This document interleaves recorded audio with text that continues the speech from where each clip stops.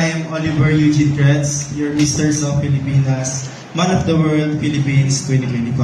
My victory for winning the Misters of Pilipinas, it's not easy because I go alone in Manila.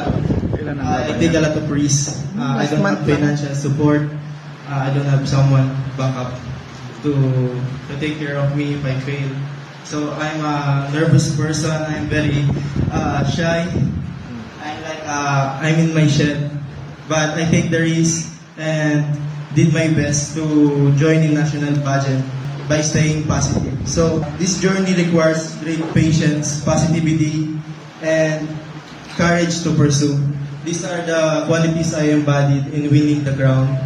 So I will take a lot more challenges, obstacles to become much better, to grow. I also like to acknowledge my university, the PSU, because this contribute significant in my personal life, not just in my intellectual, not just in my academic life or in my career, but in my personal life. It improved the better version of myself. Actually, hindi ko po ito yung pinagandaan yung sasabihin ko. So I'm just being casual po kung paano ako magsalita. I wanna thank you also sa mga officials po ng PSU, especially sa President po, kay Ramondo. Ito po, Sir Ramondo. Still, I believe that you will still support me to the international stage. I know it takes a lot of effort and time and sacrifices, but I will do my best po. I cannot promise anything, but I will do my best to be more prepared on the international stage. Especially my communication skills. That is my most weakness, my weakest part. So, thank you din sa mga naging teacher ko kasi they help us to bring out the best in us, yung confidence, yung courage, especially sa reporting lang, simpleng reporting sa school, sa mga subjects. So, naalala ko lahat ng yun.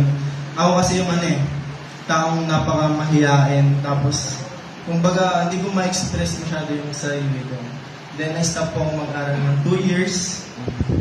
Pero, nagbalik ako mag-aral. Parang feeling ko na pag-iwanan na ako ng mga kabataan.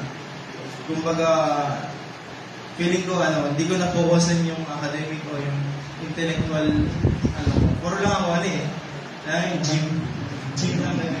Kumbaga, in-enjoy ko lang yung buhay, masyado akong chill. I don't believe na, I can't believe na I win the crown sa national pageant. Hindi ko na-expect na makakasangkit ako. So, I believe sa God purpose din talaga. May purpose din talaga.